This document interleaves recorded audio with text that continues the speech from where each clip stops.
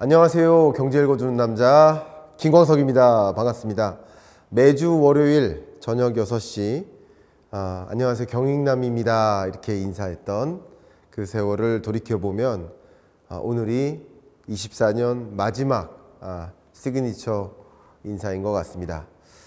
제가 매년 그 해를 돌아보고 그리고 다음 해를 전망하는 그 기로에 서 있는 지금 24년 경제는 정말 어떤 일이 있었는지, 제가 23년 당시 24년을 전망했었던 그 전망은 그대로 흘러갔는지 한번 회고해보고, 또 25년을 우리는 곧 맞닥뜨려야 될 텐데 그런 관점에서 나는 이 24년을 경제적인 관점에서 어떻게 정리하고 또 새로운 분기점으로 전환될지를 생각해 봐야 되는 그런 시간입니다. 경제가 하나의 점이 아니고 선과 같기 때문에 경제 회고와 경제 전망이 함께 맞물려야 되는 시점 아닌가 생각합니다.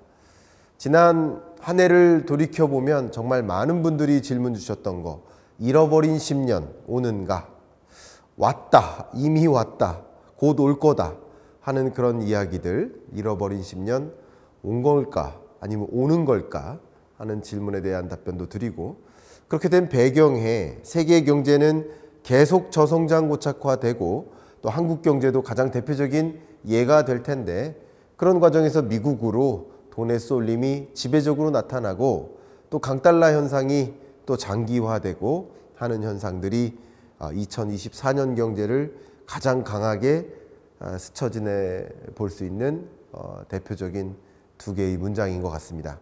자, 그러면 24년 경제를 회고해보는 시간을 갖도록 하겠는데요. 22년 경제를 회고했었던 시점도 기억이 나고, 23년 또 역시 경제를 회고하면서 참 끊이지 않는 부실 경고음이 이어져 왔다라고 설명을 드렸는데, 자, 24년 경제 어떻게 회고해 볼 수 있는지 말씀을 드리려 합니다. 24년 경제 전망을 통해서 24년 경제, 참 어려운 경제가 펼쳐질 것이다 전망했습니다. 그리고 지금 24년을 마무리하는 마지막 경제 읽어주는 남자의 시그니처 영상에서 공식적으로 회고를 드려보고자 합니다.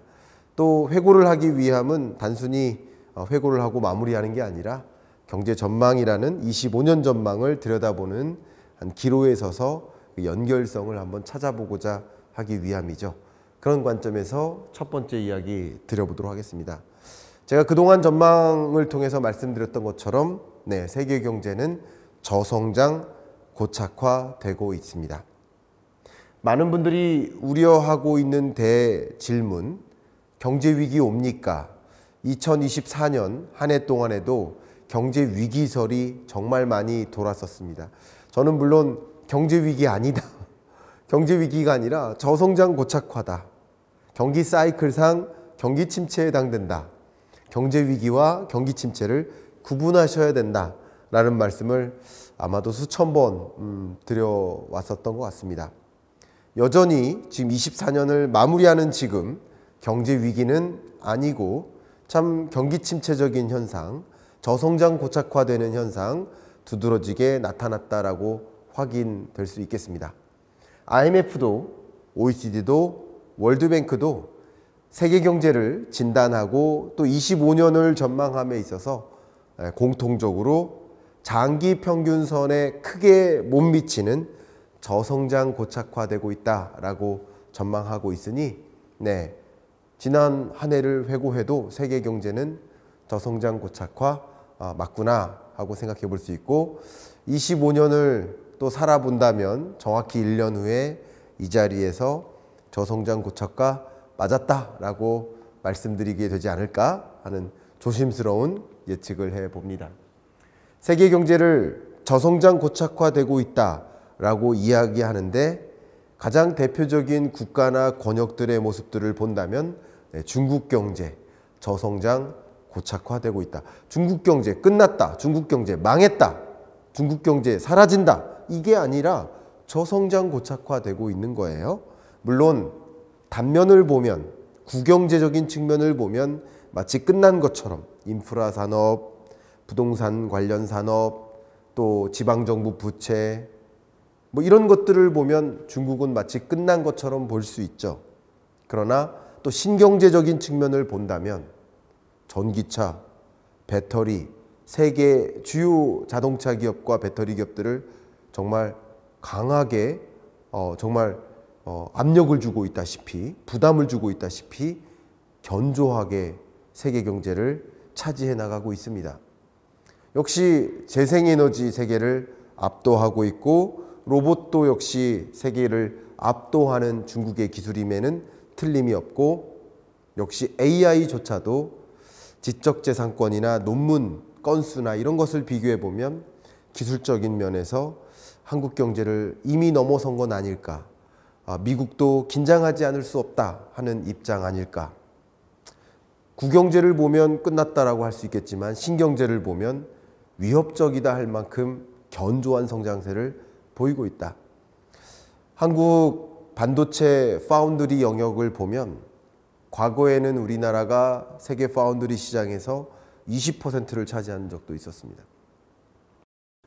물론 TSMC, 대만은 세계 시장 점유율 60%대를 여전히 유지하고 있습니다.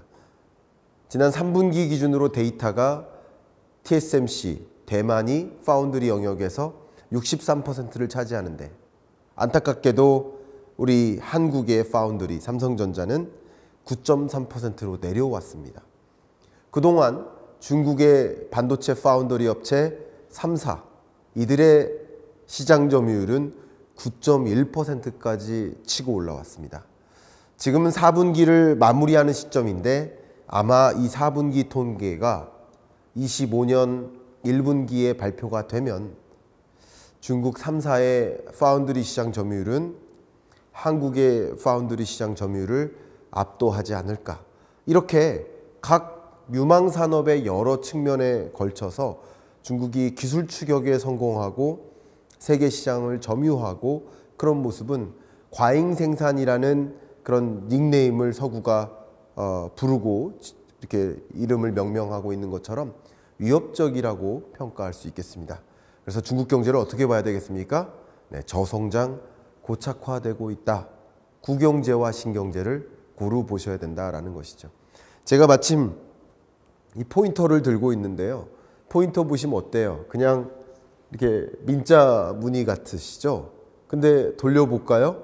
이렇게 세 개의 버튼이 있습니다. 우리가 구경제를 보면 이런 모습일지 모르지만 신경제를 보면 이런 모습인 거예요. 단면만 보고 중국 경제 끝났다라고 평가하면 안 되겠죠. 고루 봐야 된다. 360도를 고루 봐야 한다. 제가 올해를 마감하는 이 마무리 경익남 방송에서 또 의미 있게 말씀을 드려본다면, 부디 제 채널이 또 제가 전달해 드리는 여러 메시지가 혹은 칼럼이나 글이나 책이 여러분이 혹여나 내가 이 부분만 봤는데 이 부분도 미처 못 봤던 부분을 내가 채워서 봐야 되겠구나 하는 그런 생각의 틀, 경제 분석의 틀을 갖게 되시는데도 도움이 됐기를 바라는 마음입니다. 역시 세계 경제 저성장 고착화되고 있다라는 것을 반증하듯이 보여주는 가장 대표적인 또 권역이 유로피언 국가들입니다. 이제 잃어버린 10년 진입하나가 아니라 이미 진입했는가 하는 질문이 등장했을 만큼 저성장 고착화되고 있고요. 유럽의 맏형이라고 불리는 독일은 2023년 마이너스 0.3%, 24년 0.0%, 25년 여전히 0%대 성장률을 보이는 그런 것으로 IMF가 전망하고 있을 만큼 정말 독일도 혹은 유로피언 국가들도 과거의 그런 선진국의 모습, 그런 모습이 좀 비교가 안 될 만큼 저성장 고착화의 기로에 놓여 있다라고 평가하지 않을 수가 없습니다. 그런데 미국은 예외주의죠. 다른 세계 권역은 잃어버린 10년 올까 아니면 이미 시작됐나 이런 생각을 할 만큼 저성장 고착화의 기로에 있는데, 미국은 계속 예외가 되고 있습니다. 소위 날아가고 있습니다. 미국 왜 예외주의일까요? 자료를 보시는 것처럼 지지난주에 미국 3분기 확정치가 발표됐는데 잠정치 2.8%에서 그마저도 상향 조정합니다. 미국 경제가 4분기 전망치도 아틀란타 페드 GDP 나우 기준으로 3.2%로 전망됩니다.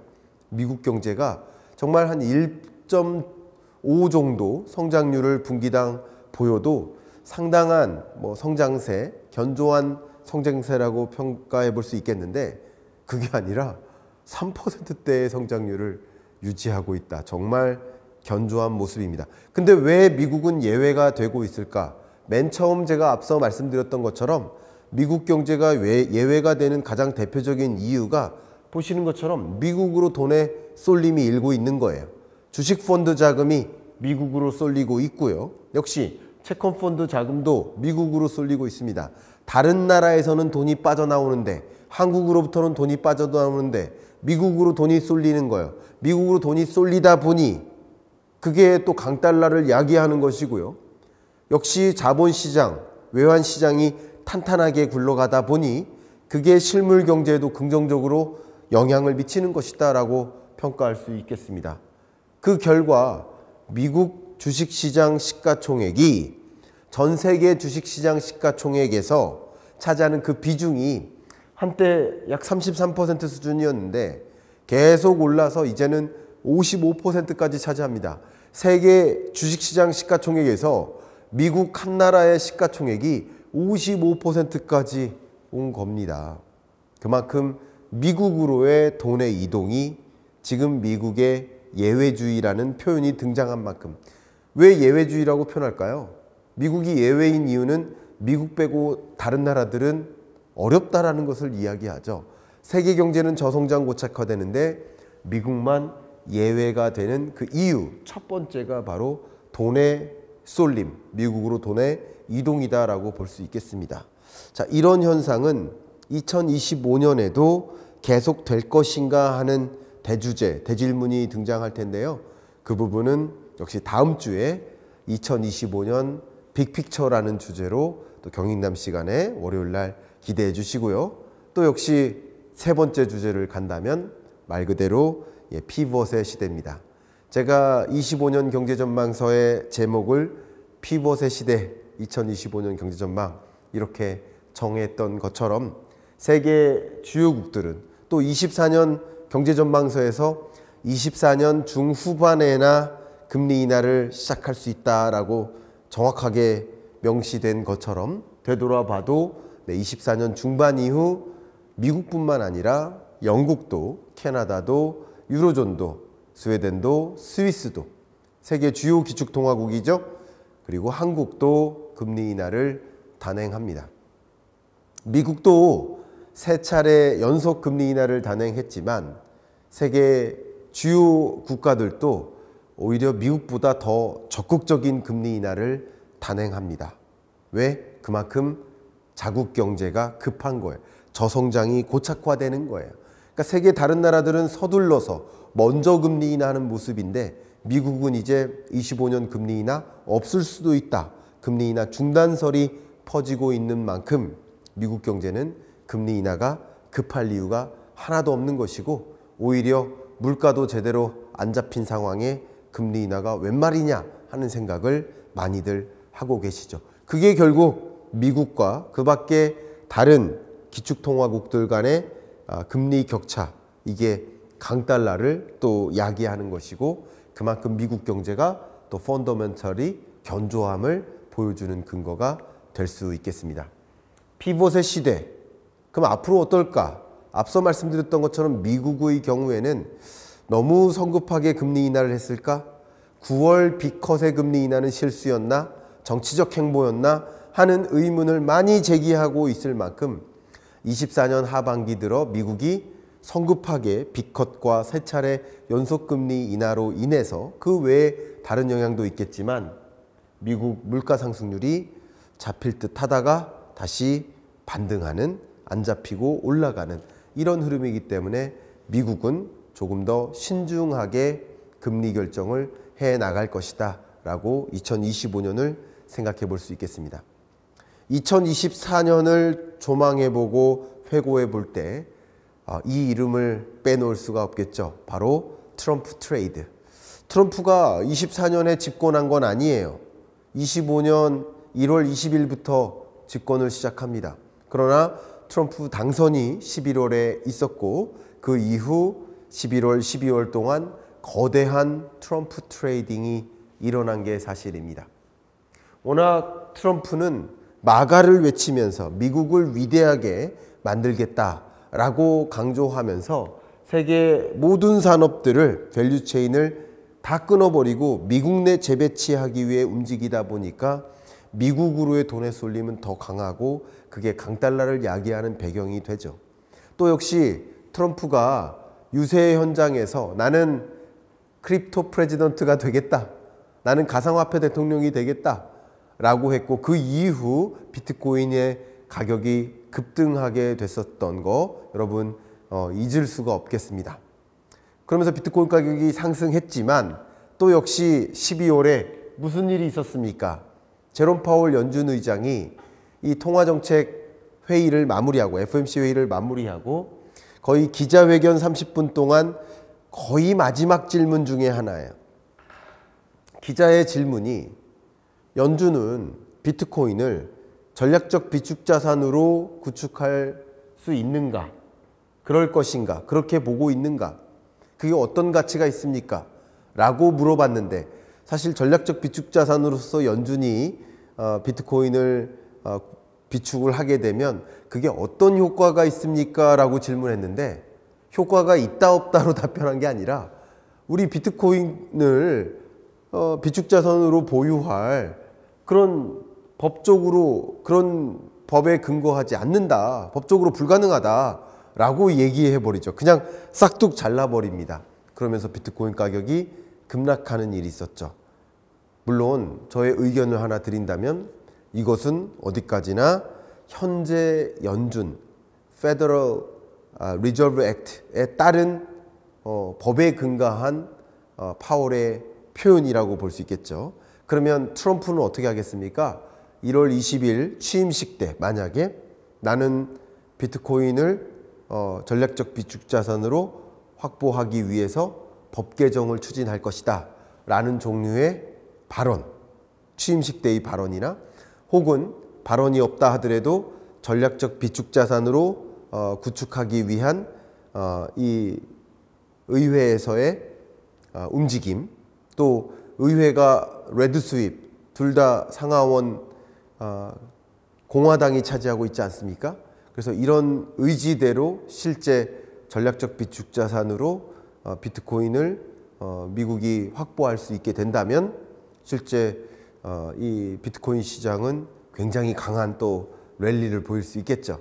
그러나 24년을 회고해 본다면 트럼프가 마치 크립토 프레지던트다 라고 등장했는데 파월이 다시 거기에 찬물을 끼얹었다 라고 회고를 해볼 수 있지만 역시 이 회고의 기초에서 향후 어떻게 이 비트코인 가격이 전개될지를 이런 결을 가지고 지켜보시면 도움이 되겠습니다. 우리나라도 이 국장에 실망하고 차라리 비트코인 사자 하는 열풍 때문에 벌써 1,500만 명을 돌파한 비트코인 투자자들 수가 그런 움직임을 또 보이고 있다는 사실도 주목해 보지 않을 수가 없습니다. 방금 말씀드렸던 것처럼 연준의 이런 발언이 또 비트코인 가격을 마치 매파처럼 작용시켰다. 그러니까 트럼프가 띄워놓은 걸 파월이 찬물을 끼얹었다라고 평가를 해볼 수 있는데 또 이런 기조가 어떻게 바뀔 것인지 이런 것들을 25년에 주목해 보시면 어떨까라고 의견도 드려봅니다. 이제 마지막이죠. 비상계엄 사태. 대외적으로는 이렇게 불안하고 세계 경제는 저성장 고착화되고 미국으로만 돈이 쏠리고 있는데 하필 우리는 비상계엄 사태를 맞이하고 이 탄핵 정국이 장기화되면서 경제적 파장이 심상치 않습니다. 보시는 것처럼 세계 70억 인구는 이 비상계엄 사태, 한국의 사태를 처음 보듯이 이게 과연 한국의 모습 맞아 하면서 지켜보듯이 평가를 하고 있고 또 국무총리의 국회 탄핵 의사결정 이런 여러 가지 것들이 계속 앞으로 어떻게 전개될지 모르겠다 하는 불확실성의 여파가 남아있다라는 관점에서 이 탄핵 정국이 한국 경제에 상당한 불확실성을 가져다주고 경제적 파장을 주겠다라고 생각을 합니다. 역시 가장 대표적인 그 움직임이 원달러 환율인데요.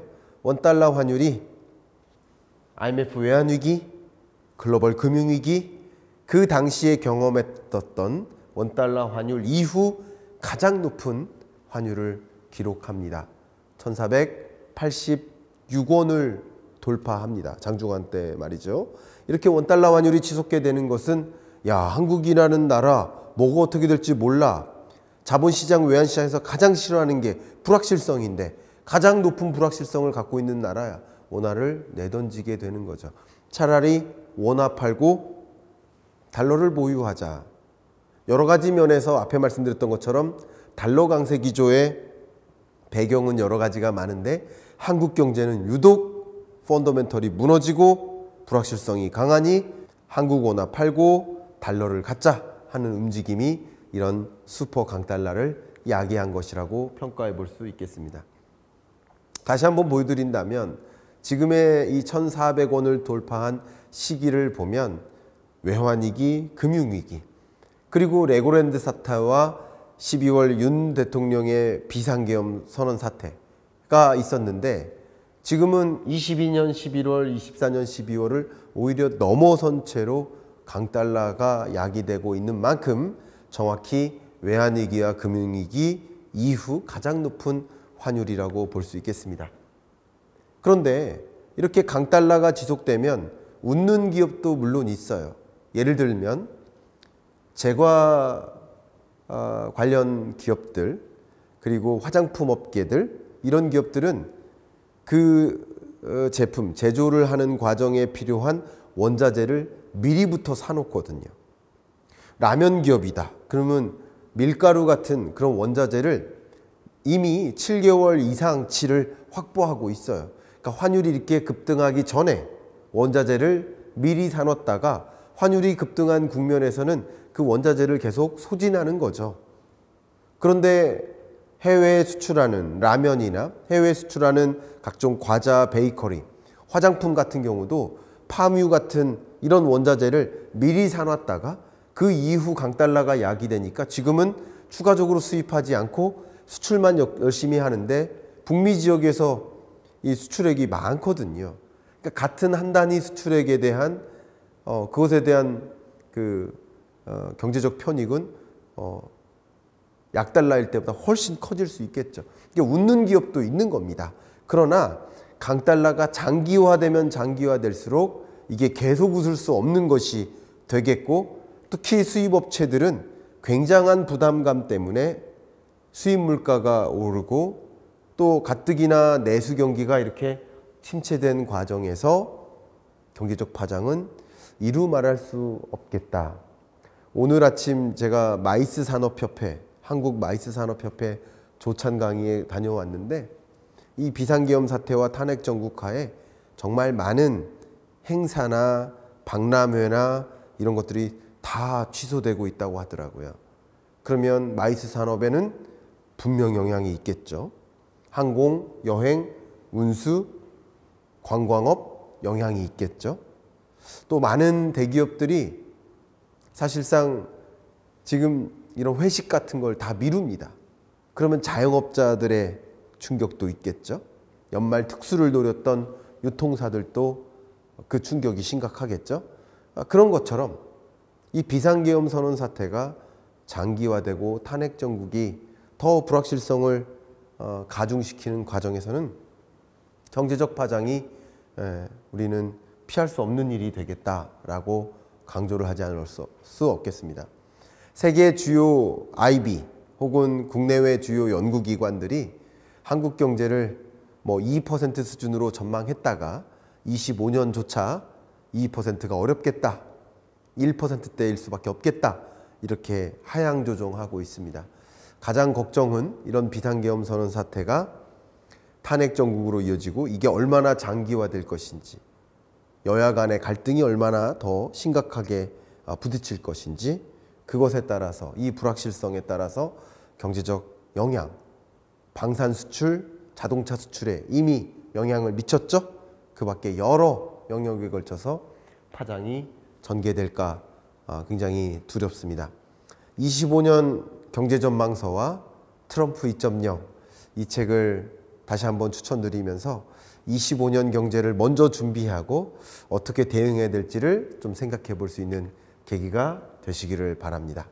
마지막으로 이렇게 별표 5개를 함께 보여드리면서 마무리할까 하는데, 25년 한 해 여러분들과 함께 하면서, 구독자 여러분들과 함께 하면서 너무나 행복했고, 저 스스로 더 많이 공부하고 또 저도 많이 배울 수 있는 시간이 되었습니다. 여러분도 이 경익남 시그니처 영상, 강의 영상과 또 토론 영상, 또 여러분께 즉시 분석해드린 여러 영상들을 통해서 도움 많이 받으셨길 바라고, 저의 마음속엔 지난 한 해를 돌이켜보면서 구독자 여러분들께 참 감사했습니다. 5개의 별표를 표시해서 드리고 싶은데, 여러분께도 저와 함께한 지난 1년이 별표 5개로 기억되길 바라는 마음, 그런 마음 담아서 한 해 평안히 마무리하시고 또 새로운 한 해 즐겁게 행복하게 시작하시기를 기원하겠습니다. 감사합니다.